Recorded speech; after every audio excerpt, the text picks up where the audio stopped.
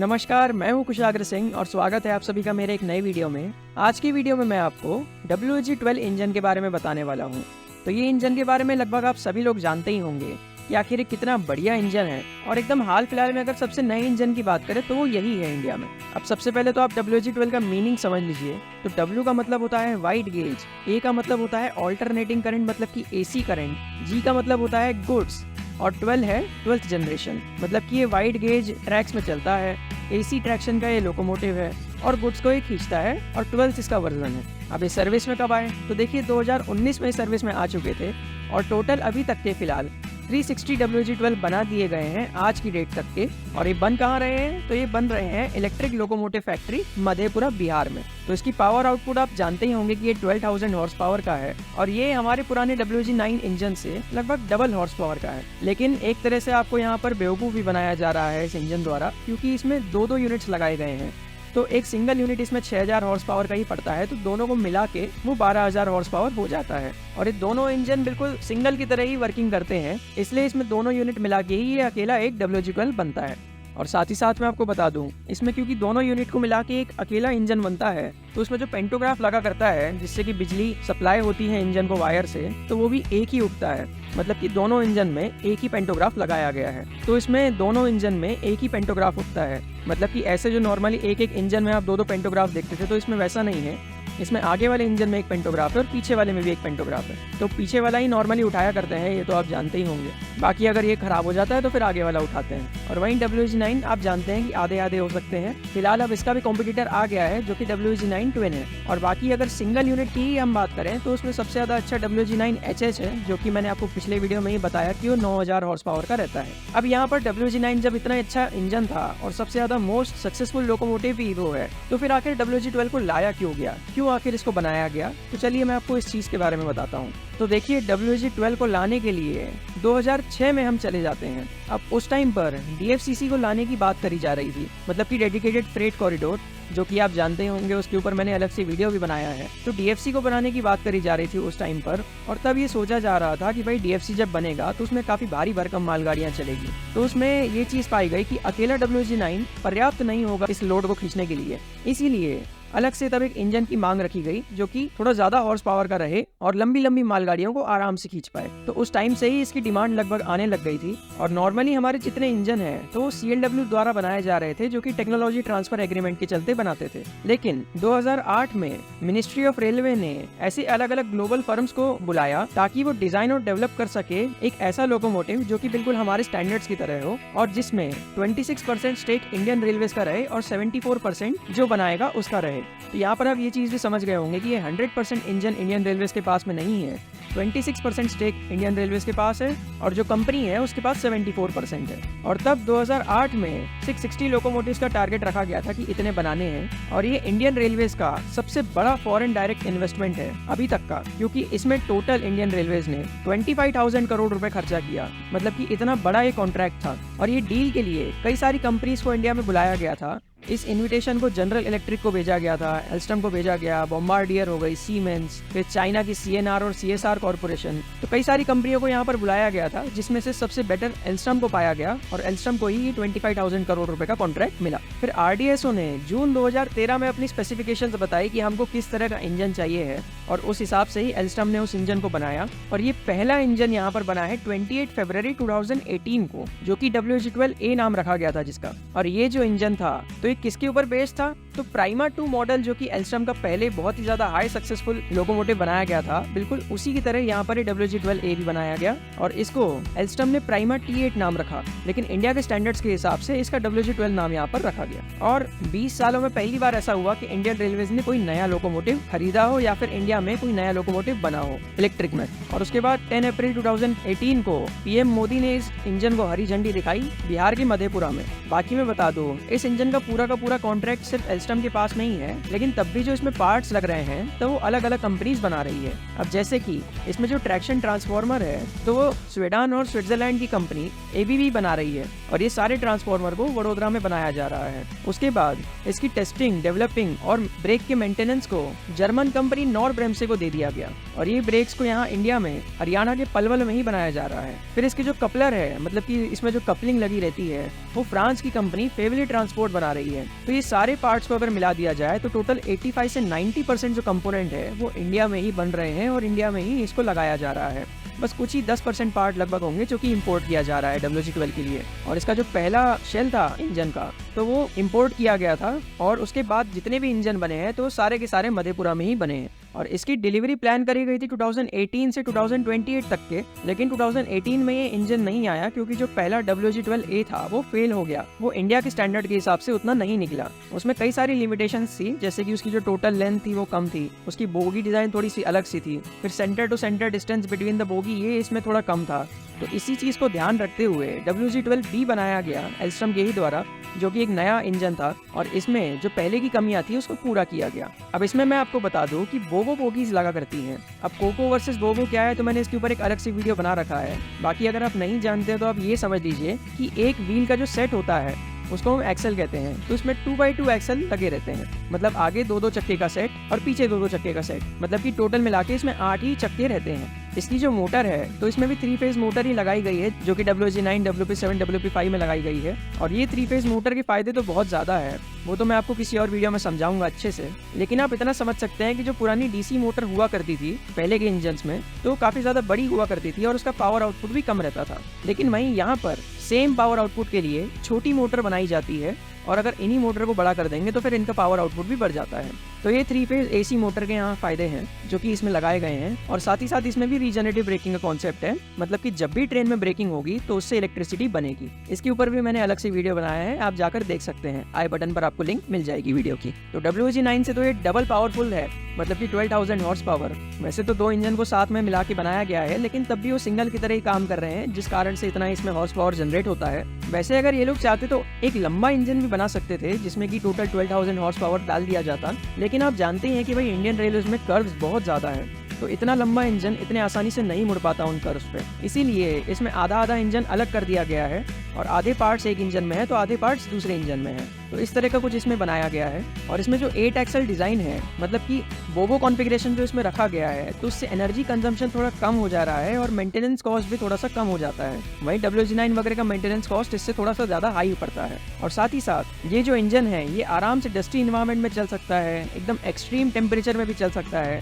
-50 degree से लेकर 50 degree तक के, मतलब कि 100 डिग्री तक के वेरिएशन अगर आता है इंडिया में तब भी कोई प्रॉब्लम नहीं है, ये इंजन आराम से झेल लेगा। तो उसकी डिजाइन तो काफी अच्छी की गई है और लॉन्ग ऑपरेशन के लिए तो ये काफी ज्यादा अच्छा भी है। लोको पायलट्स के लिए इसमें बहुत ज्यादा सुविधाएं दी गई है, बाकी किसी भी इंजन से ज्यादा लोको पायलट्स को इसमें सुविधाएं दी गई है। तो लोको पायलट्स के लिए तो ये बहुत ज्यादा अच्छा इंजन है, वो लोग काफी ज्यादा पसंद करते हैं इसको। अब क्योंकि इसमें जो AC लगाया गया है वो AC काफ़ी ज़्यादा अच्छा है और काफ़ी बढ़िया ठंडक करता है। और वहीं जब ठंडी का मौसम हो तो इसमें हीटर भी लगाए गए हैं जो कि आराम से पूरा गर्म कर सकते हैं कैब को। उसके बाद इसमें खाने को गर्म करने की भी सुविधा दी गई है और साथ ही साथ यहाँ पर फ्रिज भी लगाया गया है एल्स्टम द्वारा, मतलब कि एल्स्टम ने तो इसमें कई सारे इंतजाम किए हैं लोको पायलट के लिए। और सबसे मेन जो कि किसी भी इंजन में नहीं रहता है, इसमें टॉयलेट्स दिए गए हैं। तो लोको पायलट के लिए बहुत ज्यादा सहूलियत थी इस इंजन में। लेकिन मैं आपको बता दूं, इंडियन रेलवे सबसे ज्यादा खराब ऑर्गेनाइजेशन में से एक है और लोको पायलट्स के लिए बिल्कुल भी ध्यान नहीं देते हैं। तो इसमें फूड प्रिपरेशन की जो जगह बनाई गई थी उसको हटा दिया गया है। स्टोरेज के लिए जो यहाँ पर फ्रिज रखा गया था वो भी नहीं है और साथ ही साथ यहाँ पर जो टॉयलेट होना चाहिए था तो वो टॉयलेट भी नहीं लगाया जा रहा है। मतलब कि यहाँ पर एल्स्टम कंपनी ने तो सारी डिजाइन बराबर ही बनाई है, जगह भी दी है बनाने के लिए, लेकिन इंडियन रेलवे नहीं चाहता है कि लोको पायलट को ये सब मिले। तो अब क्या ही कहेंगे ऐसे रेलवे का जो कि अपने एम्प्लॉयज का ही ध्यान नहीं रख सकता है अच्छे से। लेकिन बाकी मैं आपको और भी इसकी खासियत बता दूं कि इसमें GPS और GPRS बेस्ड रिमोट डायग्नोस्टिक है, इसको आराम से ट्रैक किया जा सकता है। सिस्टम मॉनिटरिंग इसमें उपलब्ध है। मल्टीपल यूनिट लोकोमोटिव के लिए वायरलेस कंट्रोल है, मतलब कि कोई बीच में वायर लगाने की भी जरूरत नहीं है। क्रूज कंट्रोल इसमें दिया गया है। इसमें ब्लैक बॉक्स भी अलग से लगाया गया है और साथ ही साथ इसका सबसे ज्यादा मेन फीचर ये है कि इसमें ऑटो पायलट दिया गया है, मतलब कि इसको ऑटोमेटिक भी चलाया जा सकता है जैसा कि एरोप्लेन्स में होता है। लेकिन ऑटो पायलट भी इंडियन रेलवेज ने इसमें बंद कर दिया है, मतलब कि इसमें ऑप्शन अवेलेबल है लेकिन लोको पायलट्स इसको ऑपरेट नहीं कर सकते हैं। और साथ ही साथ अगर इस इंजन में कोई भी खराबी हो जाए तो एल्स्टम की एक टीम बनी हुई है, तो वो तुरंत ही आकर इस इंजन को ठीक कर देते हैं। और मान लीजिए अगर कोई ऐसी ट्रबल शूटिंग है जो कि लोको पायलट्स ठीक नहीं कर पा रहे हैं या फिर इंडियन रेलवेज का स्टाफ नहीं कर पा रहे हैं, तो एल्स्टम का 24 आवर्स का एक हेल्पलाइन नंबर भी है, तो वहाँ पर ये कॉल करके अपनी प्रॉब्लम बता के इंजन का एकदम अच्छे से समाधान पा सकते हैं एल्स्टम की टीम द्वारा। तो अगर लोको पायलट से खुद ठीक कर ले तो ठीक है, वरना एल्स्टम खुद से ही अलग से टीम भेज देती है इसकी प्रॉब्लम्स को ठीक करने के लिए। तो जो भी यहाँ पर ट्रबल शूटिंग आएगी तो उसके लिए भी एल्स्टम ने बहुत ज्यादा अच्छे इंतजाम किए हैं। और बाकी इसमें कोई भी प्रॉब्लम आती है तो वैसे ही मॉनिटर में डिस्प्ले अपने आप ही हो जाता है कि भाई क्या इसमें प्रॉब्लम आई है। तो ये सारे फीचर्स इसको बहुत ज्यादा अलग बनाते हैं नॉर्मल इंजन से। और बाकी मैं बता दूं, लोको पायलट के कैब में भी यहाँ पर बहुत ज्यादा जगह है। अब क्योंकि नॉर्मल एक इंजन में दोनों साइड में कैब रहते थे और इसमें एक ही साइड में कैब है, तो एक साइड के कैब की जगह बच गई है जहाँ पर दूसरे पार्ट्स लगा दिए गए हैं, जिस कारण से इसमें काफी ज्यादा जगह बच जाती है। फिर अगर आप इंजन के बीच में से दूसरे कैब की तरफ जाएंगे तो उसके लिए भी यहाँ पर बहुत ज्यादा जगह भी दी गई है नॉर्मल इंजन के हिसाब से। तो लोको पायलट्स के हिसाब से तो ये इंजन बहुत ही ज्यादा अच्छा बनाया गया है और इवन मैं भी इस इंजन में गया हूँ, मुझे भी ये बहुत ज्यादा पसंद आया। लेकिन इंडियन रेलवेज को भी थोड़ा सा ध्यान देना चाहिए और जो जो इसमें सुविधाएं दी जा रही है लोको पायलट को, तो उसको वापस से रिस्टोर करना चाहिए। क्योंकि आप लोग खुद तो CLW के किसी भी इंजन में ना टॉयलेट देते हैं और ना ही फ्रिज वगैरह दे सकते हैं, लेकिन एल्स्टम अगर लोको पायलट्स के लिए कुछ बना रहा है तो कम से कम उसको तो खराब मत कीजिए, उसको तो देने ही दीजिए। मालगाड़ी में वैसे ही कोई भरोसा नहीं रहता है कि वो कब अपनी डेस्टिनेशन तक पहुंचेगी, तो लोको पायलट्स के लिए बहुत ज्यादा सहूलियत हो जाती है इसमें। तो चलिए अब मैं आपको WG-12B की हाइट बताता हूँ। तो वो टोटल रहती है 4150 mm। अगर हम इसकी लेंथ की बात करें तो वो रहेगी 35,000 mm, क्योंकि ये दो इंजन मिला के बना है तो काफी बड़ा है। उसके बाद अगर हम इसकी ब्रेड्थ की बात करें तो वो रहेगा टोटल 3058 mm। इसके बाद अगर मैं आपको इसकी स्पीड बताऊं तो वो है टोटल 100 km/h, मतलब कि इतने से तो ये चल सकता है। और अगर रेलवेज चाहे तो इसको 120 की स्पीड से चलने लायक भी बना सकती है, मतलब कि 120 तक की स्पीड के लिए ये अपग्रेडेबल है। फिर अगर मैं इसकी ट्रैक्टिव एफर्ट की बात करूं तो वो है टोटल 785 kN। और वहीं जो इसके पहले WG9 इंजन था उसका 520 kN ट्रैक्टिव एफर्ट हुआ करता है। अब क्योंकि ये 12,000 हॉर्स पावर है तो आप समझ सकते हैं ट्रैक्टिव एफर्ट इसका ज्यादा हो गया है। वहीं इसमें दो मल्टीपल इंजन पॉसिबल है, मतलब कि दो WG-12 को एक साथ मल्टीपल यूनिट बना के चलाया जा सकता है, जिसमें कि जो भी आगे वाले इंजन के लोको पायलट कंट्रोल करेंगे वही पीछे वाला भी अपने आप ही बिल्कुल उसी तरह से कंट्रोल होगा। और साथ ही साथ मैं आपको बता दूं, WG-12B के जो कंप्रेसर वगैरह लगे रहते हैं वो ऊपर के साइड में लगे हैं, वहीं जो WG-9 या फिर दूसरे इंजन है उसमें नीचे की तरफ कंप्रेसर्स लगे रहते हैं, तो इसमें ऊपर ही लगे हैं।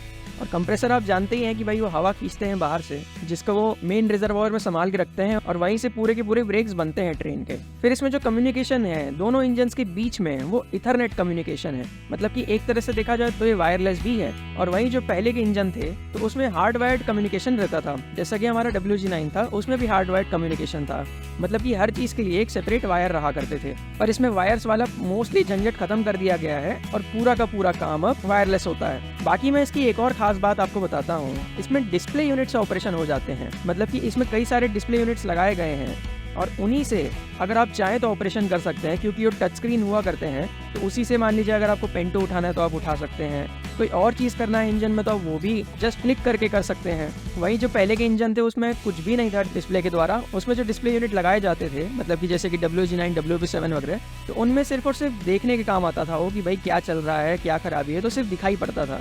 लेकिन इसमें तो सारे के सारे ऑपरेशन ही डिस्प्ले यूनिट से हो जाते हैं। तो अब आप समझ सकते हैं कि WG-12 कितना ज्यादा मॉडर्न इंजन है, सबसे ज्यादा फैसिलिटी और सबसे ज्यादा फीचर्स इसमें दिए गए हैं, जो कि कोई लोको पायलट या फिर कोई भी इंसान सोच भी नहीं सकता था अभी तक कि भाई इस तरह का भी कोई इंजन आ सकता है इंडियन रेलवेज में। तो यहाँ पर अब आपने इसके फायदे के बारे में तो समझ लिया, अब लेकिन इसकी थोड़ी बहुत लिमिटेशन भी है। अब वो लिमिटेशंस के बारे में भी आप समझिए। तो देखिए, क्योंकि इसका कॉन्फ़िगरेशन बोबो का है तो मतलब आप ये चीज़ समझ गए होंगे कि इसमें 4 चक्के कम लगाए गए हैं एक इंजन के हिसाब से, तो इसमें मोटर्स भी कम है, जिस कारण से इसका जो वेट है वो थोड़ा सा हल्का हो गया है। तो इसमें जो दोनों इंजन लगाए गए हैं तो उन दोनों का वेट मिलाकर 180 टन होता है। और अगर इसके सिंगल यूनिट का वेट देखें तो फिर आप समझ सकते हैं कि 90 टन ही हो रहा है, मतलब कि 90 टन। और वहीं अगर आपने WG9 का वीडियो देखा होगा तो आप जानते होंगे कि उसका टोटल वेट था 135 टन। तो 135 टन और 90 टन इसमें बहुत ज़्यादा फर्क है। तो ये इंजन काफ़ी ज़्यादा हल्का बन गया है कम चक्कों की वजह से। और आप जानते हैं कि भाई मालगाड़ी को खींचने के लिए इंजन काफ़ी पावरफुल और भारी होना बहुत ज़रूरी है। तो ये यहाँ पर उतना भारी नहीं है, जिस कारण से उतना टॉर्क प्रोड्यूस नहीं कर पाता है इन गाड़ियों को खींचने में। तो घाट सेक्शन में, मतलब कि जहाँ पर भी बहुत ज़्यादा ऊंचाई या फिर निचाई है, तो वैसी सेक्शन में मालगाड़ी को उतना अच्छे से नहीं खींच पाता है जितना अच्छे से WG9 वगैरह खींचते हैं। इसमें व्हील स्लिपिंग बहुत ज़्यादा आती है। अब क्योंकि ये इंजन हल्का है तो इसमें व्हील स्लिपिंग तो आएगी ही। वैसे तो इसको 200 टन तक के बढ़ाया जा सकता है वेट। तो अब एल्स्टम को इसमें थोड़ी बहुत मॉडिफिकेशन करने की ज़रूरत है और इस इंजन को कैसे भी करके भारी बनाने की बहुत ज़्यादा ज़रूरत है, क्योंकि अगर ये इंजन भारी होगा तभी अच्छे से सारे के सारे लोड को खींच पाएगा। इसीलिए घाट सेक्शन में ये इंजन उतना अच्छे से काम नहीं कर पा रहा है। और जैसा इसको सोच के लाया गया था कि भाई पूरे DFC का ये लोड आराम से संभाल लेगा, तो देखिए संभाल तो ये लेगा, लेकिन अगर ट्रैक बिल्कुल सीधा हो तभी संभाल पाएगा। जैसी थोड़ी भी ऊंचाई नीचाई आएगी तो फिर ये उतना अच्छे से संभाल नहीं पाएगा। तो ये इसकी लिमिटेशंस है जिसको ठीक किया जा सकता है वैसे तो एल्स्टम द्वारा, लेकिन देखते हैं कि कब इसको ठीक कर पाएगी वो। तो कोई भी इंजन यहाँ पर परफेक्ट नहीं है। इसमें कुछ कुछ विशेषताएं तो बहुत ज़्यादा अच्छी है, लेकिन कुछ कुछ खराबी भी है पुराने इंजन से, क्योंकि ये भारी नहीं है तो इसमें व्हील स्लिपिंग आ रही है। बाकी इसका सब कुछ ऑटोमेटिक कंट्रोल बहुत ज़्यादा अच्छा है और इसकी कंट्रोलिंग IGBT बेस्ड है, जिससे कि बहुत ज़्यादा स्मूथ इसमें कंट्रोलिंग होती है। अब पहले तो इसका कॉन्ट्रैक्ट जो है वो कम इंजन का ही डिज़ाइन हुआ था, वो 660 इंजन का ही बताया गया था, लेकिन अब इसको बढ़ाकर 800 इंजन का कर दिया गया है। मतलब कि अब टोटल में 800 इंजन की डिलीवरी करेगा एल्स्टम और काफ़ी दिनों तक उसका मेंटेनेंस भी एल्स्टम के हाथों में ही रहेगा। तो इसके लिए 2 लोको शेड्स फिलहाल तो बनाए गए हैं, जो कि पहला है नॉर्दर्न रेलवे में सहारनपुर, और एक लोको शेड में यहाँ पर 250 इंजन की कैपेबिलिटी है। और ये जो लोको शेड है इसको भी एल्स्टम ही संभाल रहा है। और वहीं दूसरा लोको शेड जो नया बनाया गया है वो नागपुर में बनाया गया है, जो कि बिल्कुल अजनी लोको शेड के बाजू में ही है। तो यहाँ पर भी 250 इंजन की टोटल कैपेबिलिटी रहेगी, जिसमें से 120 अभी तक डिलीवर हो चुके हैं। तो टोटल मिलाकर नवंबर 2023 तक 370 इंजन डिलीवर हो चुके हैं और धीरे धीरे करके 2028 तक टोटल 800 इंजन दे दिए जाएंगे। लेकिन अब आपके मन में ये चीज़ का डाउट आ रहा होगा कि भाई 250 इंजन ही एक लोको शेड बियर कर सकता है, तो टोटल मिलाकर तो 500 इंजन ही संभाल पाएंगे दोनों लोको शेड्स, लेकिन बाकी 300 का क्या होगा? तो मैं आपको बता दूं, अभी और भी लोकोमोटिव शेड बनाए जाएंगे WG12 के लिए, जिसके बारे में अभी तो फिलहाल कुछ जानकारी नहीं आई है। तो जैसे ही नागपुर का कोटा पूरा होगा उसके बाद तुरंत ही एक नया लोको शेड भी बना दिया जाएगा WG12 के लिए। तो आई होप आप यहाँ पर WG12B के बारे में बड़े ही अच्छे से समझ गए होंगे कि आखिर कितना अच्छा इंजन है और कितना खराब इंजन है।